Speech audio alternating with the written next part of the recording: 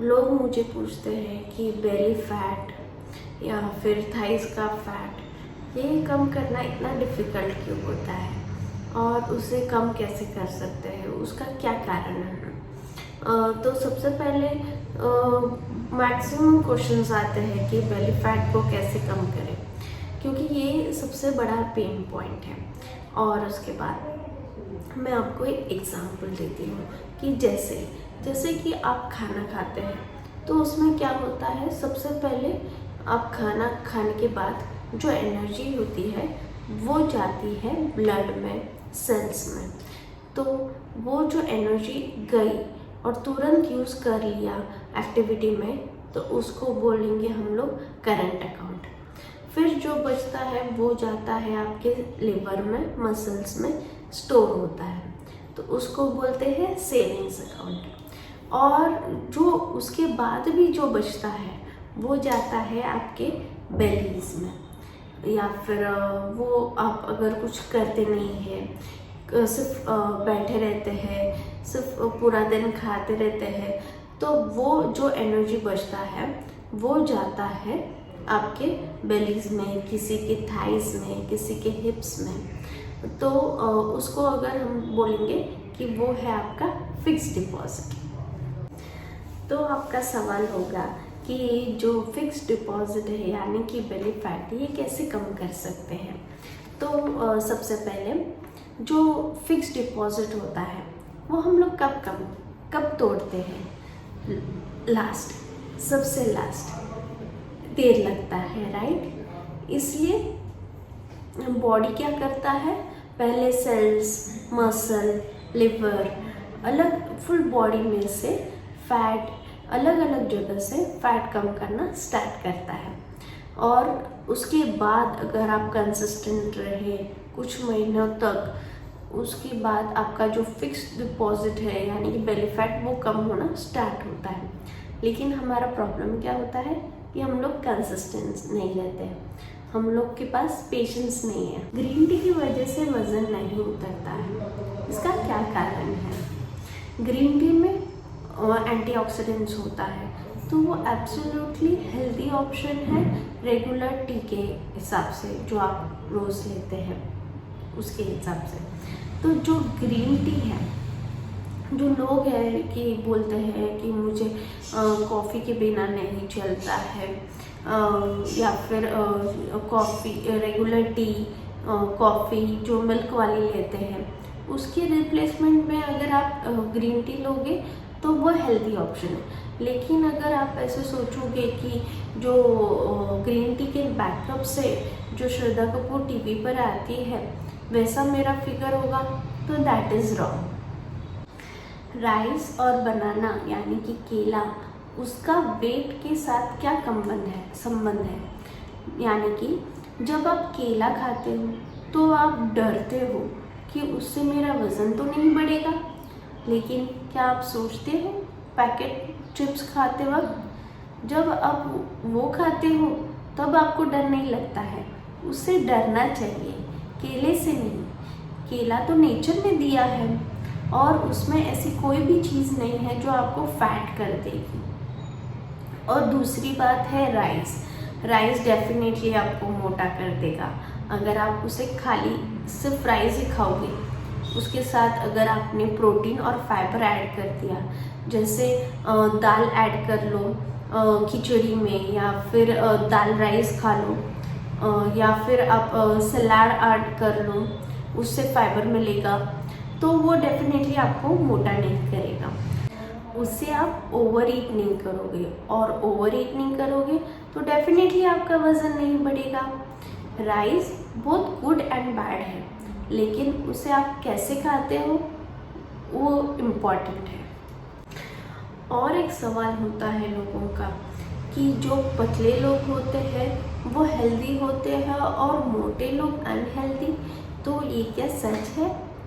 Definitely ये सच नहीं है 100%, क्योंकि मेटाबॉलिकली हेल्दी ये एक वर्ड है। इसका मतलब है कि कि अगर हम लोग देखें कि हमारे मम्मी दादा दादी ये लोग हैवी थे लेकिन हेल्दी थे, इनका अगर हम लोग ब्लड रिपोर्ट निकालेंगे तो उसमें कुछ भी प्रॉब्लम नहीं आएगा। इनके हेल्थ इश्यूज़ नहीं होते थे, इनका हेयर इशू नहीं होता था, ये हेल्दी रहते थे, एनर्जी रहती थी, इनके पेट में कोई गड़बड़ नहीं होती थी। लेकिन अगर हम लोग पतले लोग देखेंगे कोई तो उनमें बहुत सारे इश्यूज़ होते हैं। उनका गट हेल्थ अच्छा नहीं होता है, हेयर फॉल्स होते हैं, उनके कॉन्स्टिपेशन की प्रॉब्लम होती है, एनर्जी नहीं रहती है, ऐसे बहुत सारे लोग होते हैं। तो इसका क्या मतलब है कि हमें जो भी हेल्थ का पैरामीटर देखना है वो इंटरनली देखना है, externally is not only the parameter. अगर आपको देखना है कि आप कितने हेल्दी हो तो आप ब्लड प्रोफाइल, लिपिड प्रोफाइल, ये पैरामीटर्स देख सकते हो। हेल्दी रहने के लिए इंसान को क्या करना चाहिए? सबसे पहले तो हम लोग को एक ही काम करना है कि बहुत लोग क्या होते हैं, बहुत सारी चीज़ें करते हैं और फिर उनको लगता है कि मैं इधर पहुंच नहीं सकती।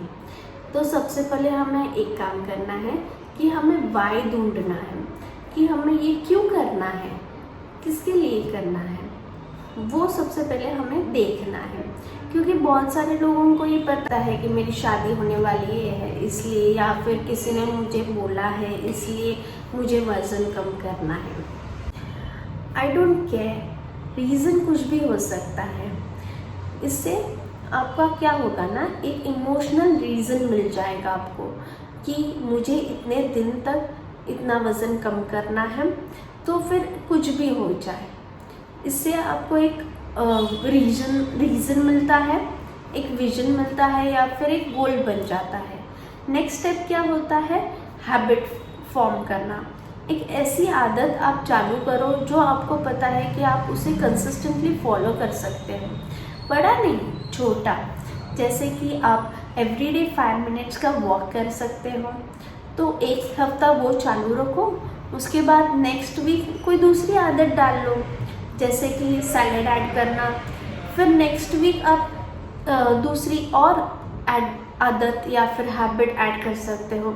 ऐसे अगर आप छोटी छोटी चीज़ें करना स्टार्ट करोगे तो आपको और मुझे पता है कि रिज़ल्ट मिलेगा ही। अगर किसी को भी वज़न कम करना है तो 1 मंथ में आइडियली कितना वज़न कम कर सकते हैं? तो इसके लिए मैक्सिमम से तो मैं आपको एक आइडियल फिगर बता देती हूँ कि 3 to 4 kgs 1 महीने में आप कम कर सकते हैं। ये एक आइडियल वज़न है जो आप कम कर सकते हैं और ये वापस रीगेन नहीं होगा, इससे आपकी हेल्थ ख़राब नहीं होगी। अगर हम 10 kg या फिर 7 kg 1 मंथ में कम करते हैं तो उससे आपकी हेल्थ ख़राब हो सकती है।